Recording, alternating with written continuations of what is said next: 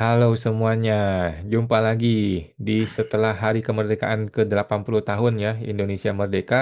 Kita akan berjumpa lagi dengan Bapak Rinto Setiawan dari Ikatan Wajib Pajak Indonesia. Halo Pak Rinto, semangat merdeka Pak. Semangat Mas Awan. Ini kalau mau merdeka karena konten kita kali ini Mas, kemerdekaan semu judulnya.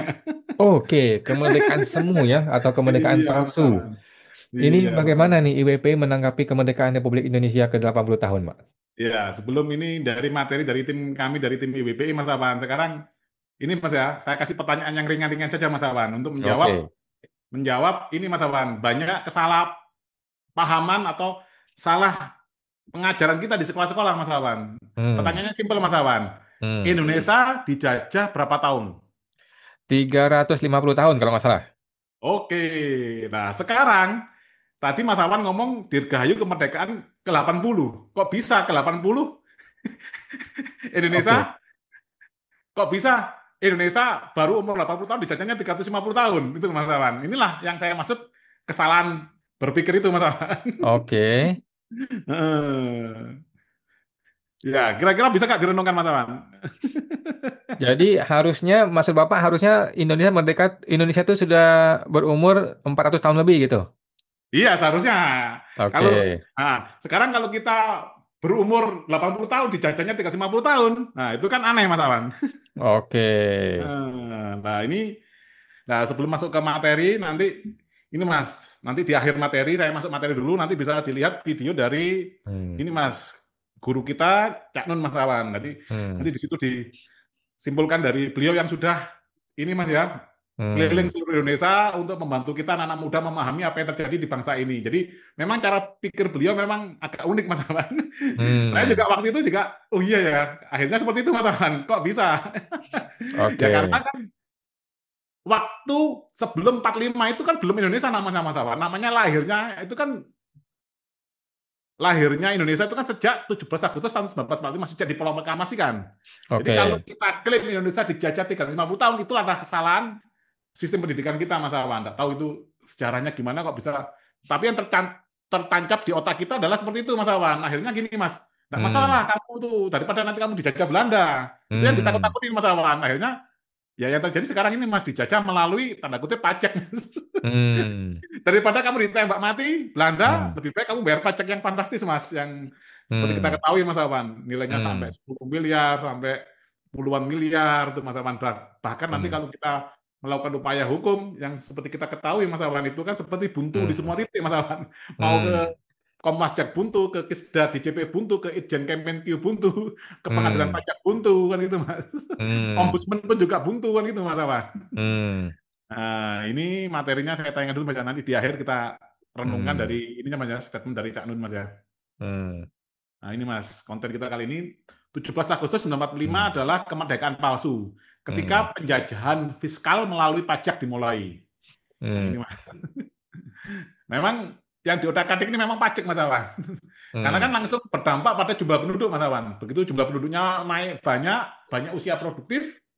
Nah, hmm, ini menjadi momok yang mengerikan Mas Awan. Benar. hmm, Terus next.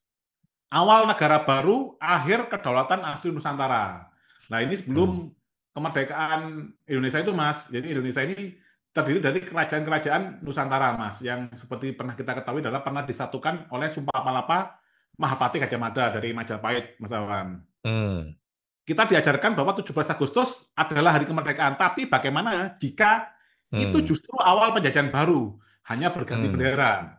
Jadi kan hmm, yang namanya penjajahan bukan hanya penjajahan fisik, Mas Awan, tapi penjajahan pola pikir, penjajahan hmm, ekonomi, hmm, penjajahan teknologi. Itu hmm, kan termasuk penjajahan, Mas Awan. hmm, Sebelum Indonesia, Nusantara merdeka. hmm, Sebelum ada Indonesia, wilayah ini berdaulat penuh dalam bentuk kedaulatan lokal. Kita bukan hmm, bangsa yang lahir dari suatu negara, tapi hmm, bangsa-bangsa yang merdeka lalu dipaksa menjadi satu. Kan hmm, ada bangsa ini ada suku Jawa, suku hmm, Sunda, suku Aceh itu Mas Awan, terus hmm, suku Jura, suku Bali, suku Maluku, itu Mas, suku hmm, Dayak, suku Papua, itu Mas, itu namanya bangsa-bangsa Mas Awan. Nah ini hmm, Mas, kerajaan-kerajaan Majapahit, Aceh, Ternate, Tidore, Bugis, dan ribuan komunitas adat. hmm, punya sistem hukum, ekonomi, dan budaya budaya sendiri, Mas Awan. Jadi Hmm. kerajaan-kerajaan tersebut itu punya ini, Mas, sistem hukum, ekonomi, dan budaya sendiri, Mas Awan. Hmm. Seperti contohnya kasus ini, Mas, Raja Ampat, Mas. Hmm. Nah, Raja Ampat itu masuk Kesultanan Tidore sampai sekarang, Mas Awan. Jadi kalau ada apa-apa dengan Raja Ampat itu sengketa tanah adat, Mas, tanah ulayat itu ke Kesultanan Tidore, Mas Awan, minta tolongnya karena dianggap otoritas negara kita itu tidak mampu, Mas, Hmm. pemerintahnya, Mas, karena izinnya itu dari pusat, Mas Awan. Tiba-tiba ada yang datang menggali Hmm. tambang dan lain-lain, merusak alam, merusak wilayah mereka.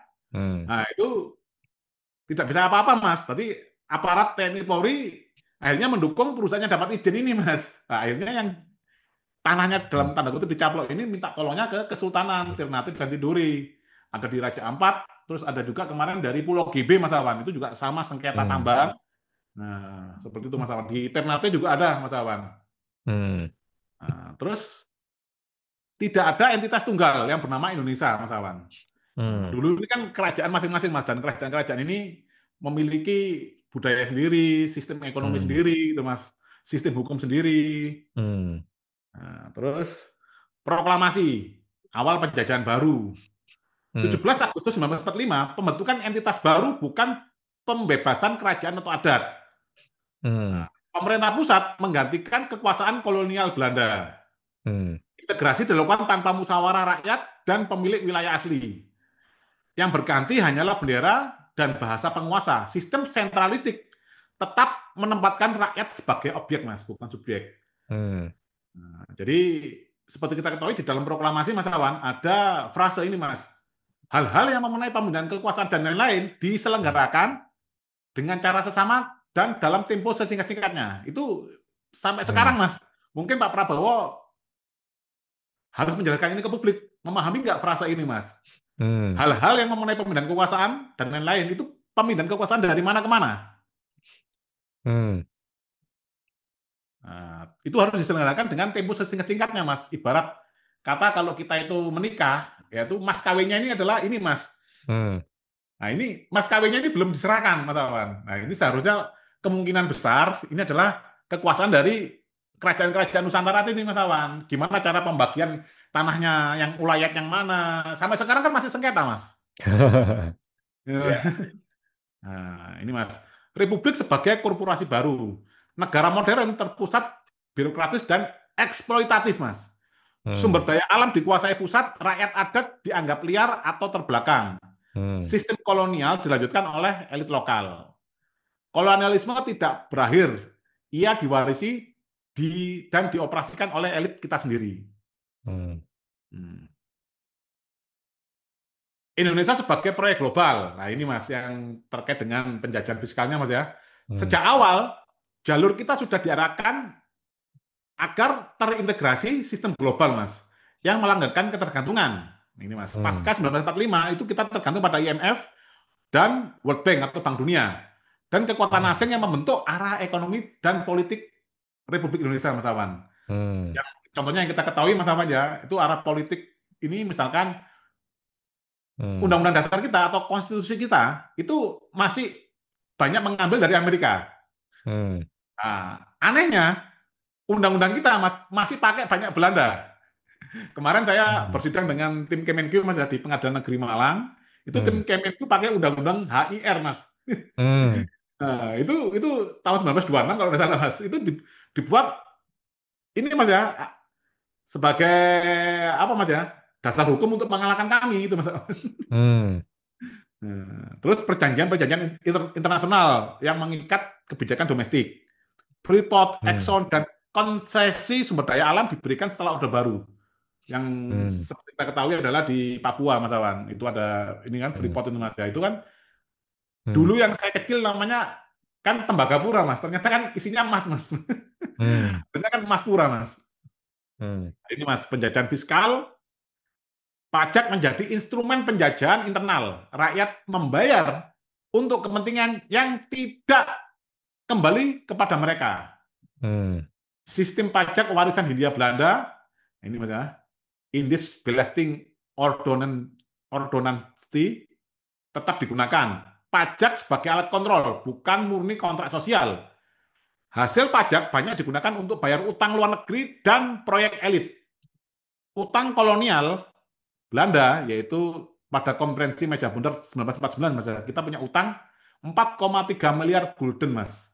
Hmm. Itu nilai sekarang kalau kita kurskan dengan emas, itu 3.385 triliun, Mas, nilai sekarang. Hmm. Ini banyak pengamat juga mengatakan bahwa sebenarnya Belanda tidak pernah mengakui kemerdekaan Indonesia, Mas Awan. Hmm. Ngakuinya hanya lisan, Mas Awan, tapi secara tertulis tidak, Mas. Malah justru Indonesia yang punya utang ini, Mas. Ini harus Hmm. kita bayar juga, Mas. Hmm. UKM dan pekerja kecil diawasi ketat, konglomerat lebih bebas. Hmm. Perampasan atas nama NKRI. Ini bukan anti NKRI, ini tentang kejujuran terhadap akar sejarah Hmm. dan cara terbentuknya negara. Papua, Maluku, Aceh tidak pernah menyatakan ikut Indonesia secara sukarela. Hmm. Gerakan separatis sama dengan klaim ulang kedaulatan bukan makar. Integrasi lebih banyak melalui paksaan politik dan militer. Hmm. Penghapusan sejarah lokal. Inilah penjajahan memori. Kita diputus dari akar dan dihubungkan ke narasi tunggal negara, Mas. Hmm. Jadi kita ini diputus ini, Mas, ya, sambungan batin kita dengan leluhur kita, Mas Awan.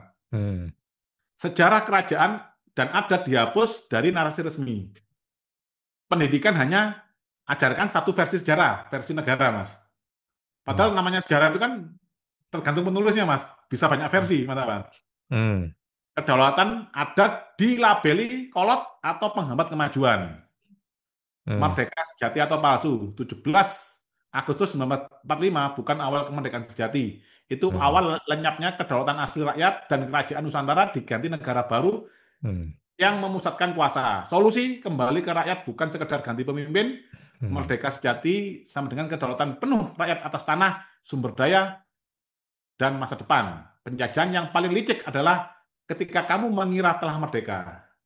Semua ini, Mas, ya, bahan ini adalah tim kami hanya dengan cara nanya ke ChatGPT aja, Mas Awan. Oke. Keluar seperti ini, Mas Awan. Apakah kita Hmm. benar-benar merdeka? Nah, ini keluarnya seperti Hmm. ini, Mas Awan. Hmm. Mungkin sudah ini, Mas, ya, videonya dari Cak Nun, Mas, untuk ini, Mas, Hmm. pemahaman. Videonya mau ditampilkan langsung? Ya, langsung ditampilkan sama suaranya, Mas, ya. Oke, sebentar saya posting dulu suaranya. Kita besarin dulu. Saya besarkan, saya share sound. Ini Pak ya? Ya, betul, Mas. Nah, Oke, kita dicek bangsa dengarkan. sendiri.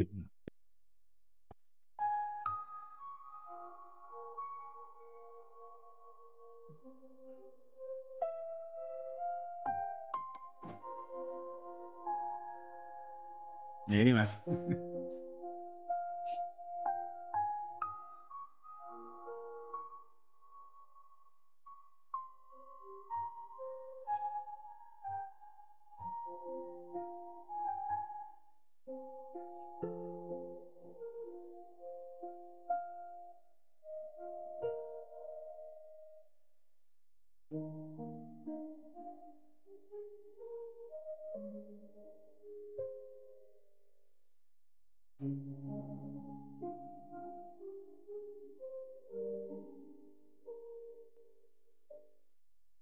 Dulu yang nambang-nambang sultan-sultan kerjasama.